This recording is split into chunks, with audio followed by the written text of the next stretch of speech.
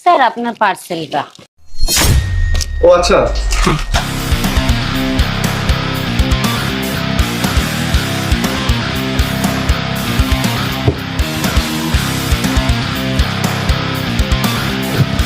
Thank you. Excuse me, আপনি মানে তুমি পৃথা না? হ্যাঁ, আমি তো আপনাকে চিনি। আহ, আমার এক বন্ধুর সাথে আপনার বিয়ে হয়েছিল, কিন্তু আপনি এখন এই অবস্থায় কেন? আপনি এই কাজ করছেন কেন? কি হয়েছে আপনার? সে অনেক কথা, এত কথা এখন বলা তো সম্ভব নয়। দেখুন, আমার অনেক সময় আছে।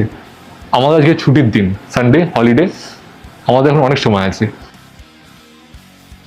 আপনি বলুন না কি হয়েছে। আপনি ভেতরে আসুন না। হ্যাঁ, আপনি আসুন আসুন। ঠিক আছে।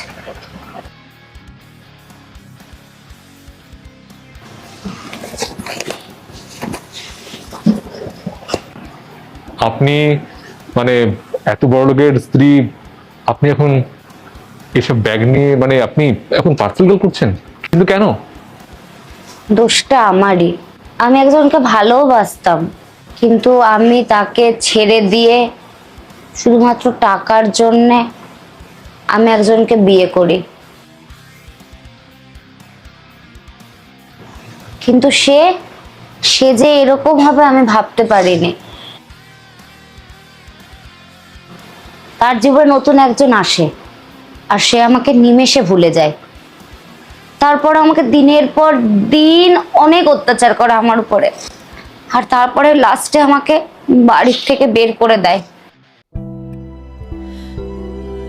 কি করব, পেটের দায়ে এখন আমাকে এটা করতে হয়। তো আপনি এক কাজ করুন, আপনার বাবা মা তো আছে, আপনি সেখানে যান না। বাবা মা?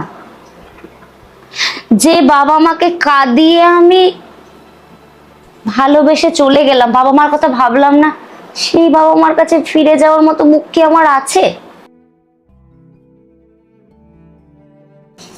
সবই আমার কপাল। আপনি এক কাজ করুন, আপনার প্রথম যে বয়ফ্রেন্ড ছিল, আপনি তার কাছে যান, তার সাথে খুলে বলুন। কি যে আপনি বলেন, এত কিছু শোনার পরেও আপনার মনে হয় যে যে মানুষটাকে আমি ধোকা দিয়েছি, ধোকা দিয়ে অন্যকে ভালোবেসেছি চলে গিয়ে, সে কিনা আমাকে আর মেনে নেবে, অ্যাকসেপ্ট করবে? দেখুন, আমার মন বলছে আপনি ওখানে যান। আপনার প্রথম যে প্রেমিক, আপনি ওকে